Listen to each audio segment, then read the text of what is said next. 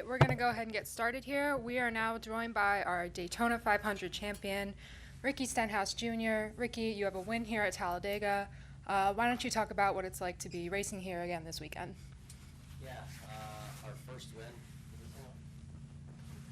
Hello.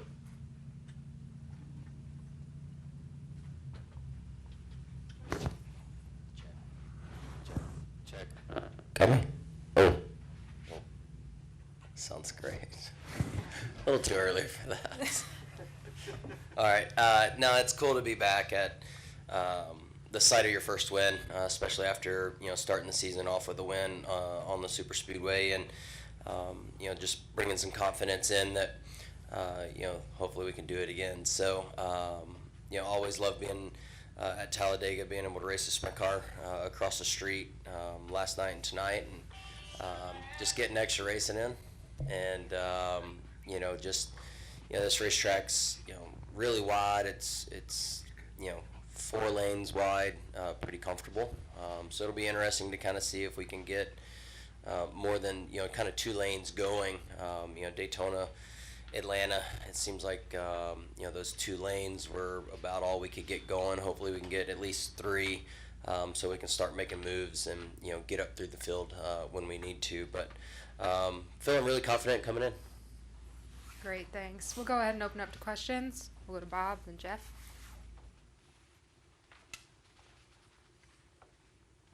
Bob Pockers, Fox Sports. When your team leases a pit crew from another organization, what are the expectations as far as, you know that if they do well, that I assume that there's a chance you can lose them? Yeah, that's how much time we got? No, I'm just kidding. So yes, that is the case most of the time, and a case that we had been in my first 2 years at JTG. We signed on at Roush a 2-year deal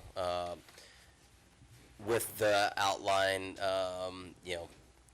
specified that we did not want our pit crew taken. We would commit for 2 years if we could, keep our guys together. We did that last year, all year long. When it came down to, towards the end of the season, we were really happy with all the guys that we had last year.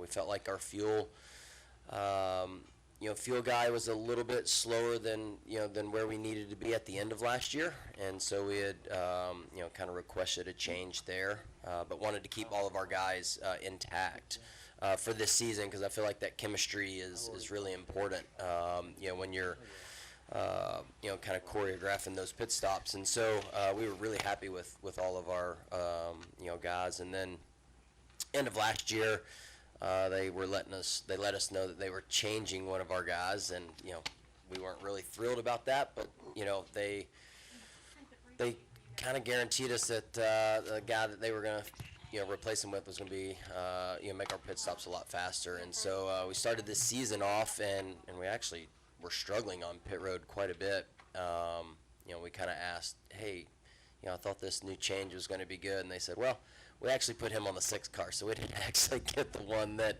that they were going to replace one of our guys with last year. So that was a little bit of a bummer. We did get a new guy last week going into Martinsville, and our pit stops were great. And Monday morning they took the whole team. So I hate it for my guys.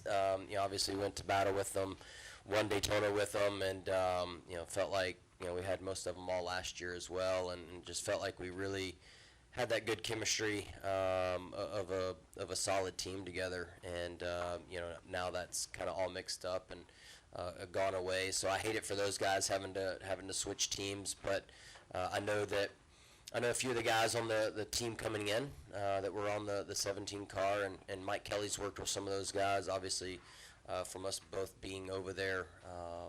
And they had a really good pit practice this week. I feel really confident that I know Mike Kelly can get the most out of guys, and those guys got a little chip on their shoulder, so that never hurts anything as well. And they want to show their worth and what they can do going over the wall. So I think we'll be fine as a race team, but I do hate it for my guys that started going to battle with us last year. That's the biggest bummer. But yeah, I think the expectation going into it was, that would not happen to us. I don't know really what all the contracts and stuff look like, but that was kind of the mindset going in, and so I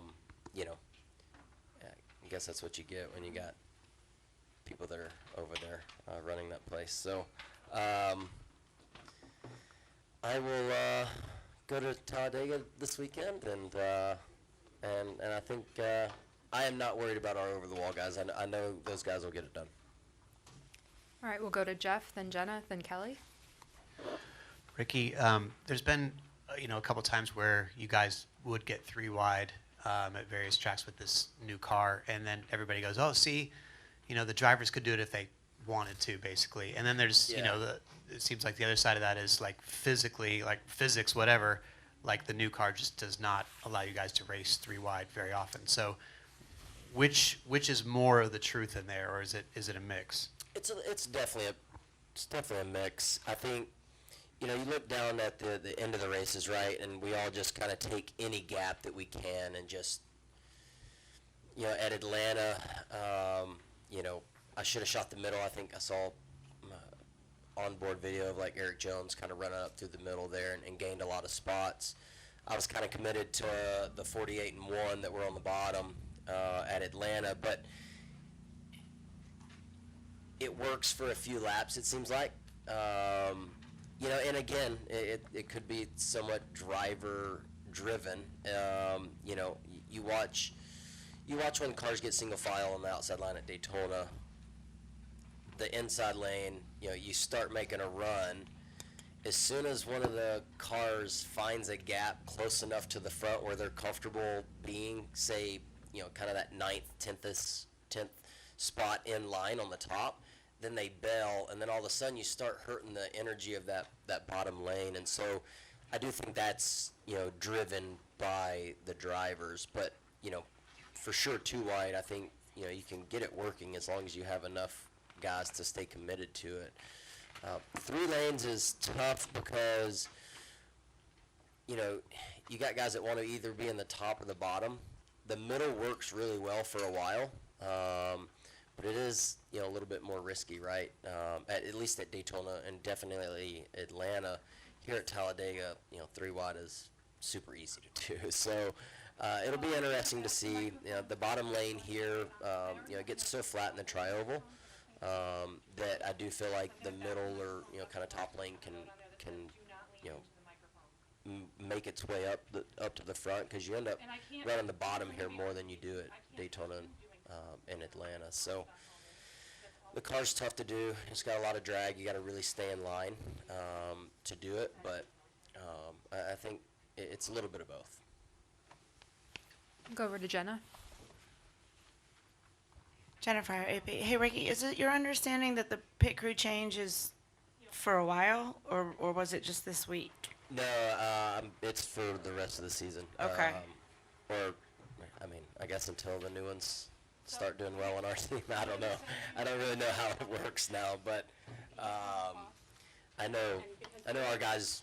Everybody wasn't real thrilled about it, but like I said, I do know that Mike's talked to the new guys coming in, and man, they're super committed to showing what they got. So I'm excited about that. Did they have that luxury to do that because you've got to win already? That's above my level. I don't know.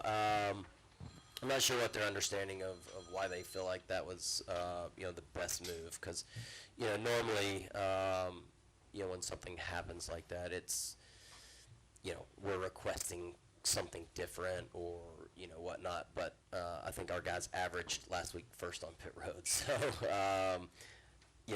we were thrilled with that, obviously, and then kind of got the rug pulled out from under us. But like I said, I think it's going to be great for our team. I think Mike Kelly will get our guys dialed in, and like he always does. And I just hate it for the guys that gotta leave our team. Did they get their rings before they got I taken? haven't yet, but I'm sure they will. We won't leave them hanging. Thank you. We'll go to Kelly and then Claire. Kelly, CrownRacer.com. Ricky, how did you find out about the pit crew change? I think I had read on NASCAR.com it was an email. I did not receive an email. I think Jen received an email of talking points, but I don't think I followed those. Yeah, it goes through our competition director with Ernie and those guys. So, you know, I get filled in. Mike Kelly actually called me Monday night. He kind of waited all day Monday trying to figure out if they could change what was being done. But he called me probably 9 o'clock on Monday night. And you talked about, obviously, you don't want to lose your guys. They've been one of the best on pit road. When a change like this does happen, does it just not ruin, but maybe just upset the chemistry a little bit as everybody kind of comes over? There's a lot that goes, you know, into the sport, not just over the wall. You know, we got a brand new pit box this year that, you know, the guys have been over in the off season and, you know, worked on, you know, getting it set up, getting it put down, getting it, you know, put back together, and you know, getting it ready to go. And there's just a lot of, you know, different little things that the pit crew guys have to, you know, kind of manage. And I know our pit boxes are totally different than the pit boxes that they're used to. So, you know, just little things like that. You know, now I'm sure, you know, this weekend our road crew guys are going to have to go out there on pit road and kind of walk through the whole scenario of our pit box with them. So it's just a lot more work for some of our road crew guys, and then obviously the pit crew guys got to kind of figure that out as well. But you know, the actual, I'd say, choreography going over the wall and stuff is the same. Obviously, they practice at the same place. So, you know, they'll have to get used to me coming in and out of the pit box, you know, which is obviously a little bit different. Our guys have been with me for over a year now, and you can go to pit practice and kind of practice that, but it's nothing like, you know, when you're actually on pit road, like in your race car. It's really easy to pull in the pit box at pit practice. So a little more chaotic, you know, lifetime. So things like that are definitely going to be different for them. We'll go to Claire and then over in the back. Claire B. Lang, Sirius XM NASCAR Radio. You're a really good driver at super speedways, but there was a study done by Dr. DeAndre. The second highest score of crashing at Talladega comes from you, who have 16 accidents in 19 races, but it's paid off. The aggression has paid off. You won in the Spring Talladega 2017 and the Daytona 500, but in 6 Talladega races, average finish, I think, 21.8. Can you talk to us about how willing you have to be if you want to be a great super speedway racer, willing to crash, willing to take that chance, take those, you know, lumps along with winning, and how you have to balance that out if you want to win? Yeah, I think really we all strap in willing to crash going out there. We all know that that's a major, you know, high probability is we're going to crash. So it's about, you know, for me, I feel like most of the time, you know, the wrecks that I've, you know, gotten in, or when you lose track position, you're trying to come up through the field, and something generally happens. You know, back when I first started, it seemed like everything kind of happened in the center of the field, and now everything happens at the front of the field. You know, you want to be leading, you want to be at the front of the field, but, you know, when we're throwing blocks on each other like we do now, you know, those crashes happen a lot further forward in the field and collect way more cars. So, you know, I think I know there's a lot of drivers that, you know, come in here and don't really care about any of the stats and just see how it works out. So, you know, having wins, I wouldn't say that I don't have a style here that is different than anybody else's. You know, I think, you know, when you have you know, things like that, then you have a better shot at winning. And so, you know, for me, that's really all we focus on. Come over here in the back. Hey, Ricky, Marshall Smith with Samford University Center for Sports Analytics. Can you talk a little bit about how your qualifying position changes how you think about your race on Sundays? Do you drive more aggressively, defensively, looking for dancing partners, et cetera? Yeah, so qualifying I feel like is, it's important. Obviously, a lot of people write it off at super speedways, but I think for me, it kind of dictates that first stage of the race. So Daytona, we didn't qualify well. We when or Atlanta, you don't push to get stage points in that first stage unless things just work out. Because like I was just telling Claire, it's like going up through the field is generally at some point when it happens, and you don't necessarily want that to happen in the first stage. So for me, qualifying up front, it's a lot easier to keep your track position with this car than it is to gain your track position, at least out on the racetrack. So, you have a bad qualifying effort, then you're looking at different strategies, 2 tires, no tires, things like that to get your track position, so that you can, get to the front and try and keep it from there. And we'll come right up front here.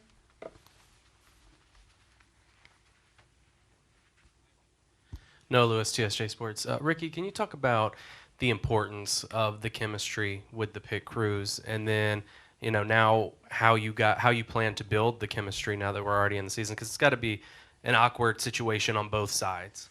Yeah, I think for us and our team, might be a little awkward for our guys that left because I don't think they wanted to leave. So it might be a little worse for them. But I think for our team, like I said, Mike Kelly is one of those guys that can really bring the team together and make sure he gets the most out of everybody in our team and in every position. So the chemistry, luckily those guys, at least we didn't, I guess, insert one guy and take one out or whatnot.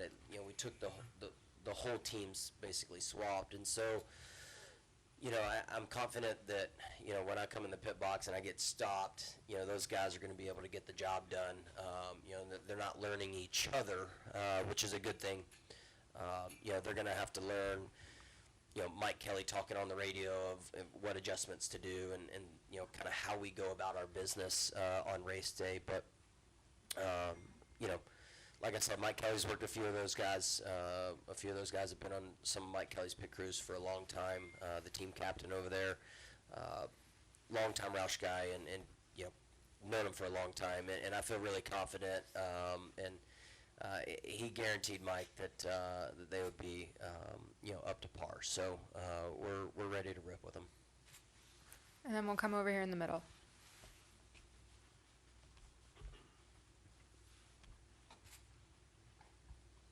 Jared Haas with FrontStretch.com. Ricky, for the Daytona 500, you kind of came from third position, worked your way up, and made the pass in the chaos of the green-white checkers.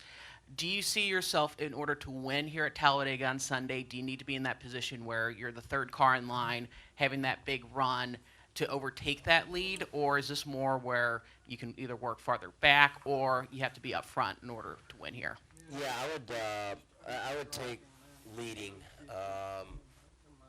any race on a green-white checkered. I think you control the race.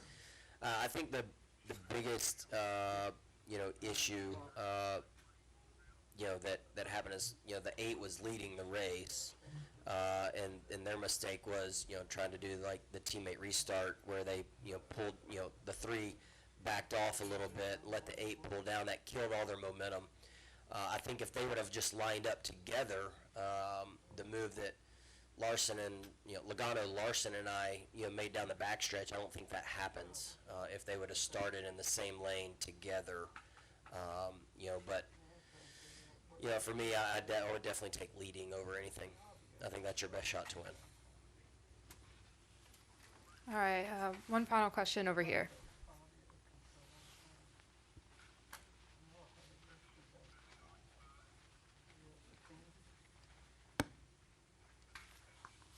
I'm Tracy Riggs with Tab Media. I was wondering how your faith affects the ups and downs of racing. You've had a lot of ups and downs. Yeah, ups and downs are tough. That's part of the sport. I know that, our purpose isn't always for what we do every weekend. It's more for what we do before the race in chapel, and I think I grew up going to church, at an early age with my family, and and if I wanted to race on Saturday nights, Mom made sure that we needed to be at church on Sunday morning, and so that was always a big thing throughout my life, and and I still do that today. I know we race on Sundays, but go to chapel on Sunday mornings, and I think it just really kind of puts into perspective how important your priorities are in your life, and so racing's important, but it's not the top priority, and so it's been a journey. My career's been up and down, and I think you could probably talk to a lot of people in the garage that they've had ups and downs in racing. So you just got to keep pushing through and have the faith that you can get it done, and I feel really confident about where I am right now.